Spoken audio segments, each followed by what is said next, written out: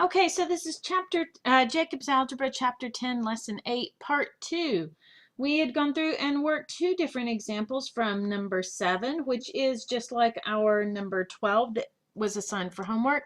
I'm going to work one more example from number 7. What if we have x cubed minus 1, and we are told that that is x minus 1 times something? Okay, you cannot just say that that is x minus 1 times x squared plus 1, because that won't multiply out. When you multiply that out, x times x squared is x cubed. X times 1 is x. 1 times negative 1 times x squared is negative x squared, and negative 1 times 1 is negative 1. This is not equal to that. That means this is not right. So if you have x cubed minus 1 and you are told that it is x minus 1 times something, we got to figure out what that is. I'm going to solve this by using my grid method. So I'm going to make my grid, and I'm going to put in my grid line. And I know I'm going to start over here with x cubed. And I know I have x minus 1. I know those are the factors over here because I'm told that x minus 1 is what we have. So what do I have to multiply by x to get x cubed? That's going to be x squared. X squared times negative 1, what is that? That is negative x squared. Do you see an x squared term in here? There is no x squared term. That means we have to have 0 x squared. How do we get rid of this negative x squared? By adding a positive x squared to it. How do we get that positive x squared? Well, x times what is x squared? Well, it's got to be another x. And when we multiply that x by the negative 1, we have a negative x. Now, whoops, I'm going to draw another grid line. Now, we have a negative x here. Is there an x term up here? There is not. That means we have to have a positive x to cancel out this negative x. So I'm going to put a positive x up there. X times what is x? Well, that's got to be a 1. And then 1 times negative 1 is a negative 1. So look at what we have here. We have the x cubed, which we are supposed to have. We have an x squared minus x squared. Those cancel out because they add to 0. We have an x and a negative x. Those cancel out because they add to 0. And then we have a negative 1, which we are supposed to have. So what goes after this x minus 1 is going to be x squared plus x plus 1. Now, another way we could have done this is by long division. We could have said x minus 1 into x cubed plus 0x squared plus 0x minus 1 because you fill in your missing terms with zeros. X times what is x cubed? That would be x squared. X squared times x is x cubed. X squared times a negative 1 is negative x squared. Draw our line and flip our signs. Now we add x cubed minus x cubed is 0. 0x squared plus x squared is an x squared. We bring down our 0x. X minus 1, x times what is x squared? That would be an x. X times x is x squared. X times negative 1 is negative x. Okay, draw our line, flip our signs. 0 x's plus an x is going to be an x. And then we have a minus 1. Obviously, x minus 1 times a 1 is going to give us our x minus 1. So we have x squared plus x plus 1, which is just what we got by doing our grid method. Okay, so that was all of number 7, which looks just like number 12 that was assigned for homework. Now let's look at number 8, which is going to be just like number 13 that's assigned as homework. Number 8, let's just do a couple of these. We have x cubed y minus xy cubed. And we need to factor that as completely as possible. Well, the first thing we need to do is see, do we have any common terms? Well, I have an x cubed and an x. That means I can pull out an x. I have a y and a y cubed. That means I can pull out a y.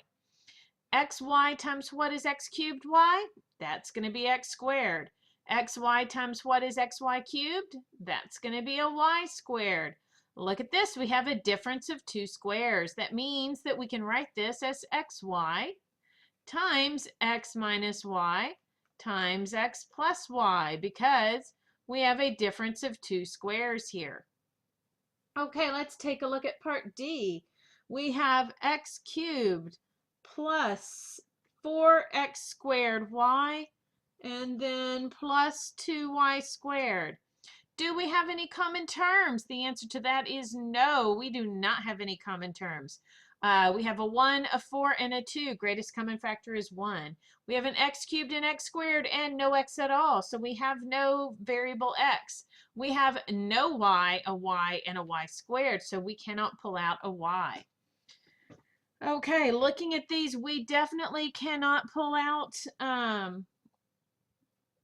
wait a minute, did I copy this wrong? Okay, so it's x cubed minus, I copied it wrong. It's x cubed. I actually blended two different problems here. X cubed plus 4x squared y plus this, yeah, I pulled two different problems here. Plus 3x y squared. Sorry, I pulled the 2y squared from the problem above it. So we do have a common term, and that's our x, because we have an x cubed, an x squared, and an x, so we can pull an x out of here. So x times x squared will give us x cubed. X times 4xy will give us 4x squared y. And x times 3y squared will give us 3xy squared. So now we look at our first and last terms and see if they are both squares. X squared is a square, but 3y squared is not. So now we need to see what we can do if we can factor this to break this down any further. So the coefficient in front of 3y squared is a 3. So the factors of 3 are just 1 and 3. Can we add those factors together to get a 4? We can. So this is going to be x plus y times x plus 3y.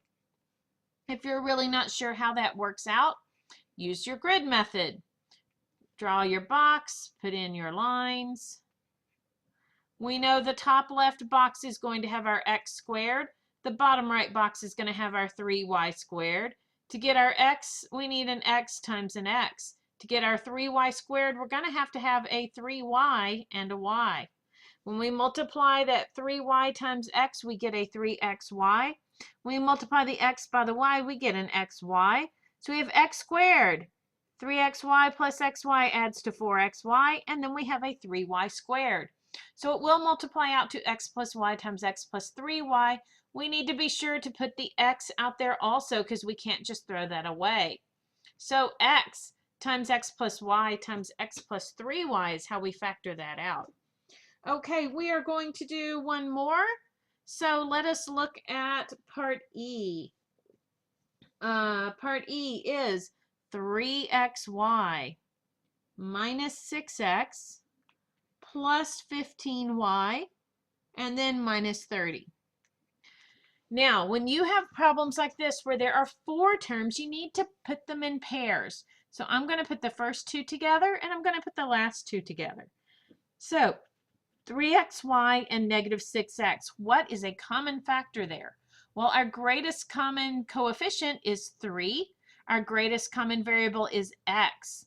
3x times y is 3xy. 3x times negative 2 is negative 6x. Now let's look at our other pair. We have a 15 and a 30. Our greatest common factor is 15. 15 times y is 15y. 15 times negative 2 is negative 30.